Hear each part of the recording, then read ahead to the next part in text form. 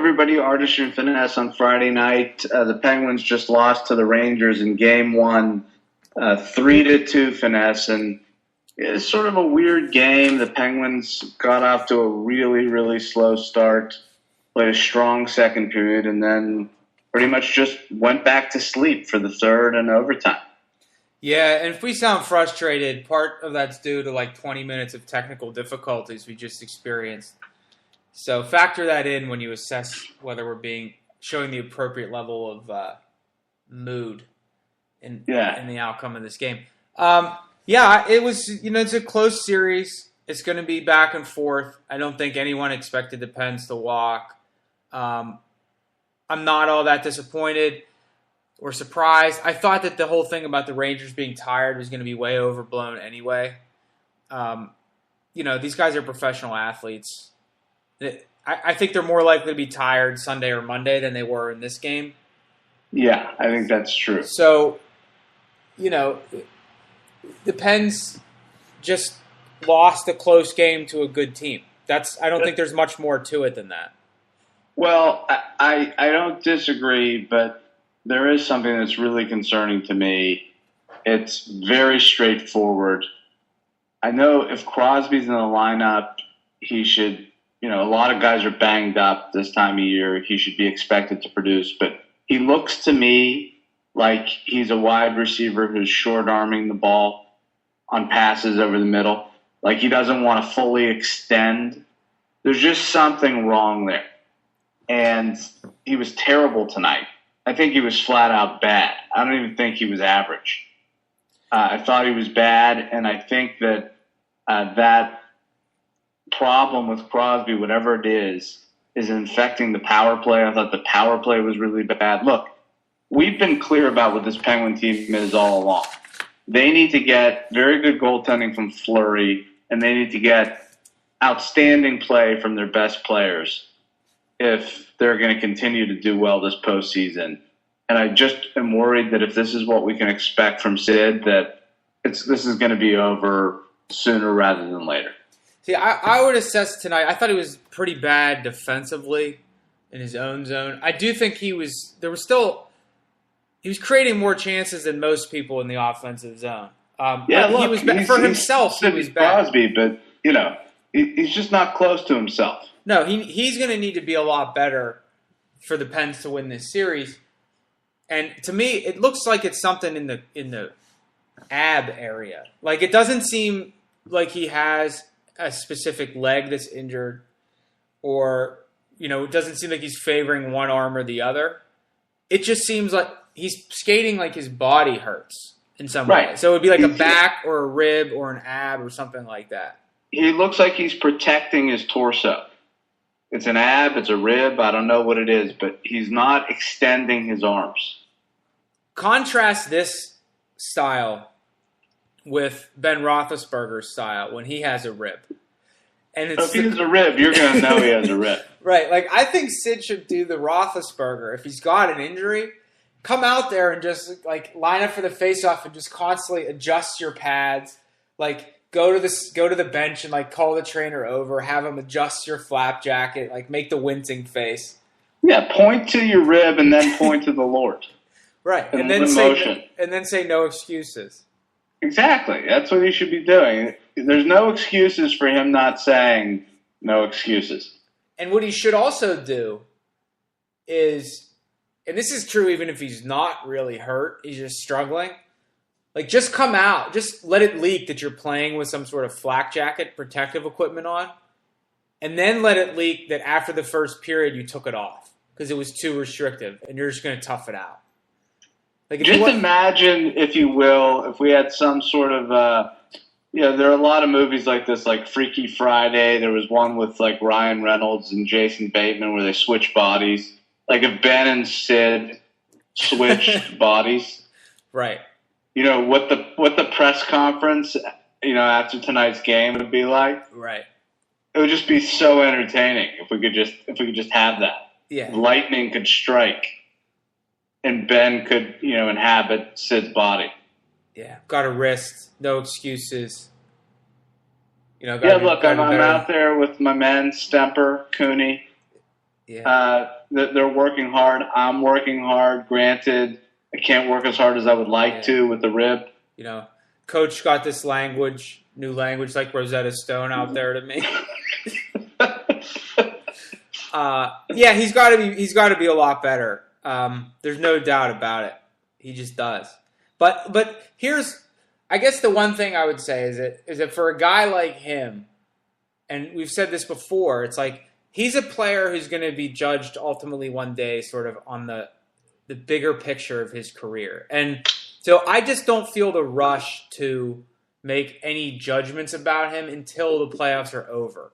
Like, I'm fully acknowledging that he has to be a lot better, but I just don't, until we really know what's going on, if anything's going on with him, I don't see sort of the value of going that next step and like just crushing the guy, because it could end up looking foolish either because he's really injured or maybe he snaps out of it and does really well the rest of the series. Yeah, look, I'm not judging him at all. I wouldn't judge him on this season. I'll judge him on his career, but I do think I'm just stating something as matter-of-factly as I can. I don't think the Penguins have a chance to progress unless we get superstar-level play from him and Malkin. I certainly would agree with that. What did you think about Malkin tonight? He was fine. I think that he was out of his mind in Game 6 against Columbus. He certainly wasn't close to that level, but the Rangers are a better team. And I think that you saw what the Penguins are capable of in the second period. They can totally dominate for long stretches, but they have maddening lapses. It's just the way this team is.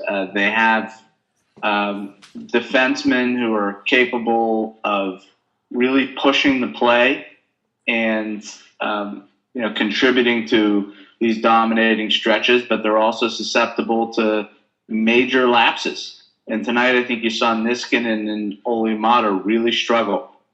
And in overtime, Scuderi make a horrendous play that led to the game-winning goal. Right. That's just what you're going to see with this team, and that's why you can't go over 4 on the power play if you're this team, particularly when you get a pretty strong performance from Fleury after that first goal, which was a little shaky. He rebounded nicely. When Marc-Andre Fleury's limiting the other team to 2 goals, you better win if you're the Penguins. Yeah, I would agree with that. You can't have games where you only score 2 goals. Yeah, it was really disappointing to see Mata do that tonight. I thought he was really bad on both. And I think the first goal that the Rangers scored, like I know some people probably would give Fleury some crap for that, but like he probably should have stopped it. But I just find that defense inexcusable when they're coming down on a 2-on-2 or maybe a 3-on-2. But Sid was there; he was going to get the guy coming in late. Like, I don't know how their guy gets to the middle of the ice at the top of the circle and is able to get a shot, and the Pens don't get a stick on it. Yeah, the guy was right in the middle of the circles going full speed when he unleashed that shot. It's one thing if, like, the 2009 version of Ovechkin is doing that, which he used to do all the time to the Penguins. But this is like, I know Pouliot's a good player, but it's not the 2009 version of Ovechkin doing this. Like, step up on the guy. Come on. Like, get a stick on his shot. Where's the gap? Play the gap. Yeah. And then getting forechecked on the second goal was pretty bad too. The second goal was just awful. Yeah, I don't know what that was. I think Niskanen was way out of position on that play too. It was both guys. Niskanen was out of position.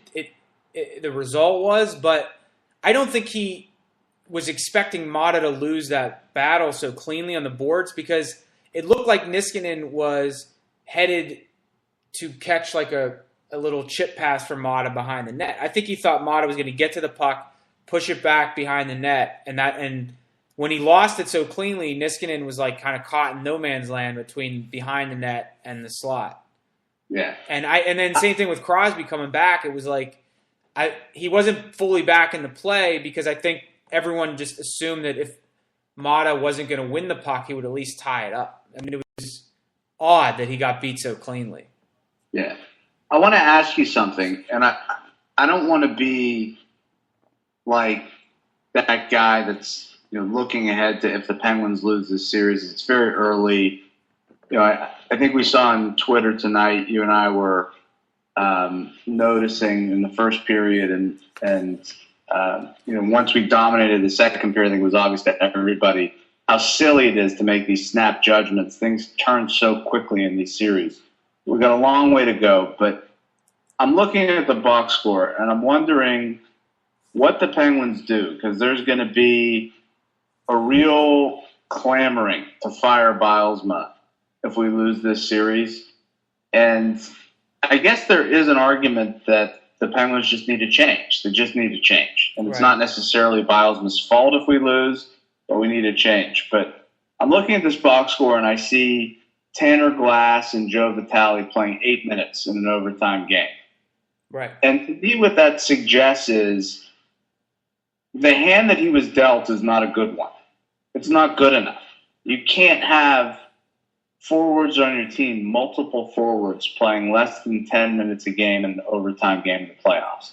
It just suggests that his players aren't good enough. And I've said all along, I think that's on Shiro. And that's not to say that maybe things aren't getting a little stale and the Penguins might not need a change. But I think that is a real dilemma. If we lose this series, what do you do?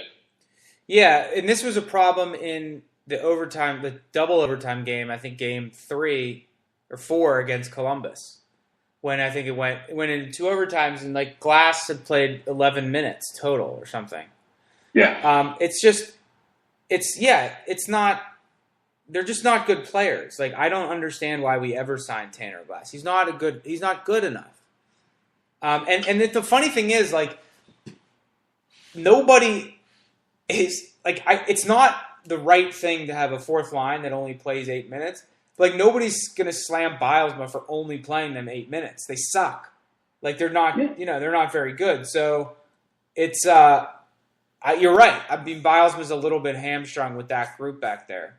I credit him for playing Tanner Glass 8 minutes. If you and I were behind the bench, we'd probably play him for like 3 minutes. We'd be like, Sid, are you okay? You okay?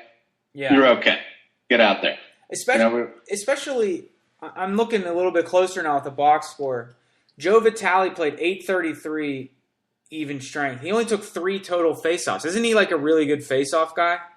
Yeah, he is, or at least historically. That maybe there's a way like you could get some more minutes out of a guy. Let him take some draws. Yeah, and I think how many minutes did Marcel Gotch play tonight?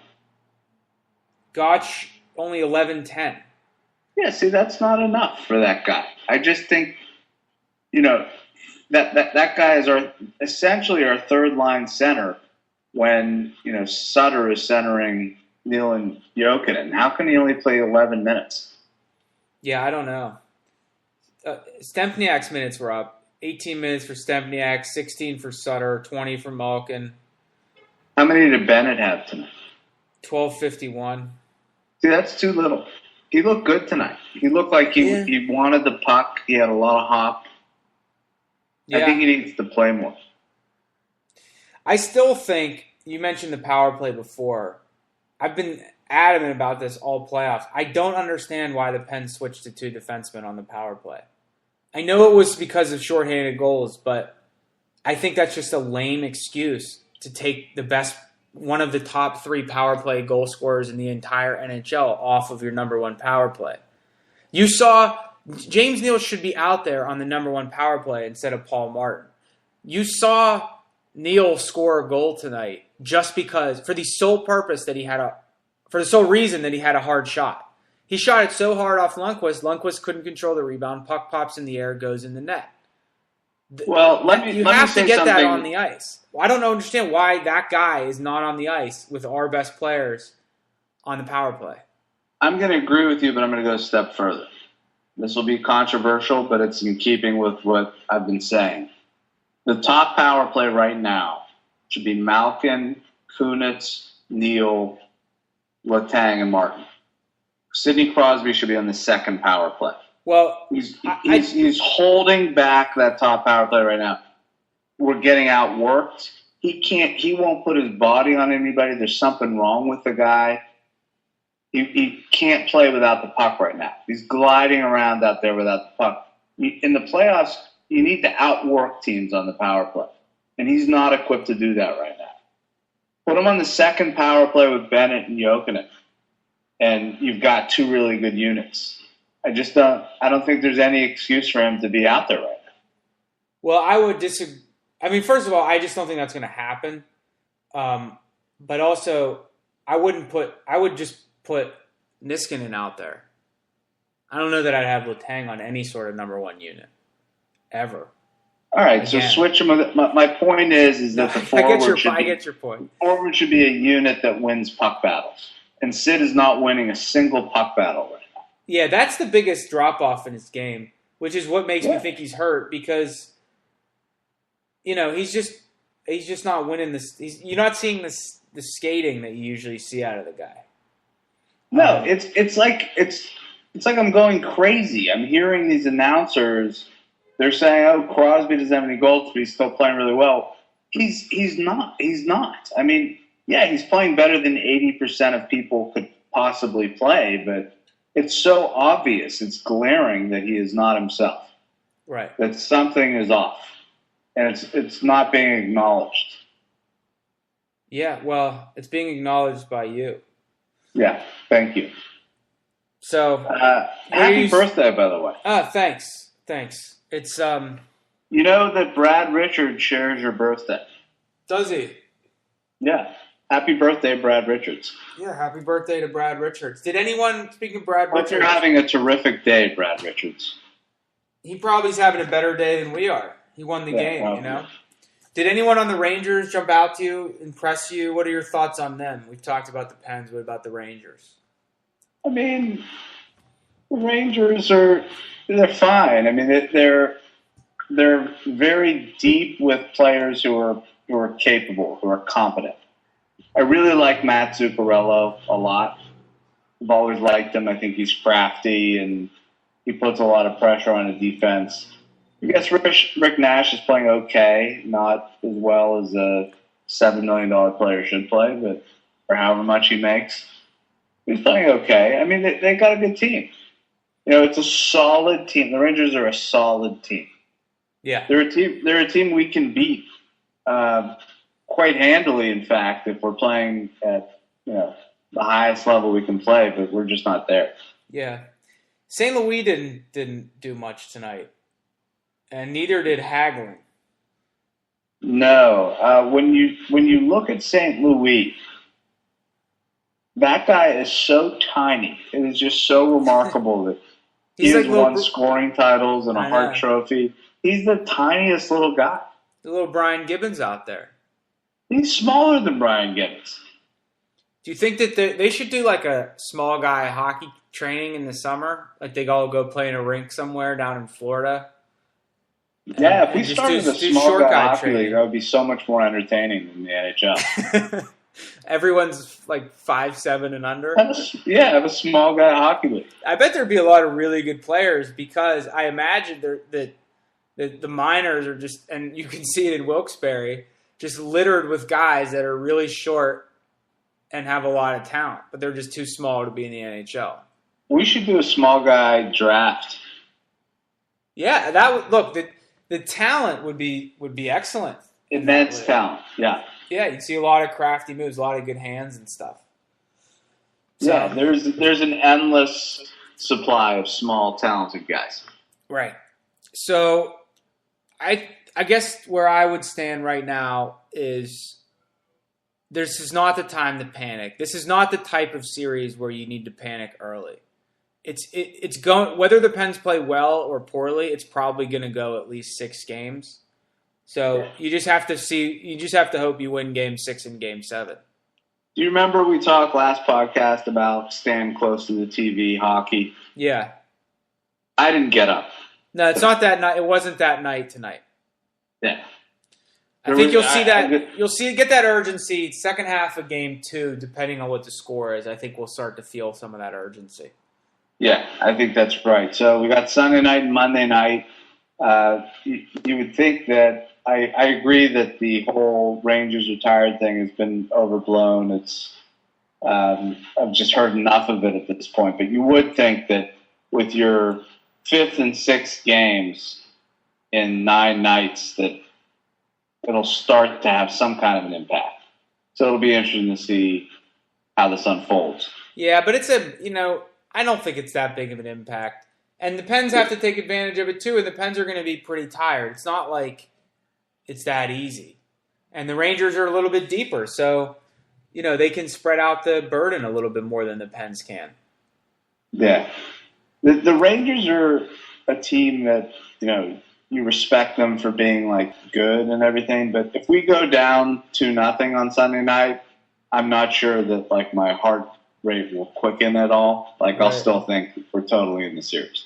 I think my problem with the Rangers is that they would be such a boring team to follow for 82 games. Like watching, I know that they were even more boring under Tortorella, but like there's just nothing about them that's really that exciting. Like watching all of their games would just be brutal. Yeah, they don't inspire a lot of passion. Like they could sweep us, and I still might not have gotten up from my chair by the time they sweep us. Well, see, I would have definitely been more upset about tonight if Tortorella was still the coach because he's so unlikable. Yeah. So we'll just have to see what happens.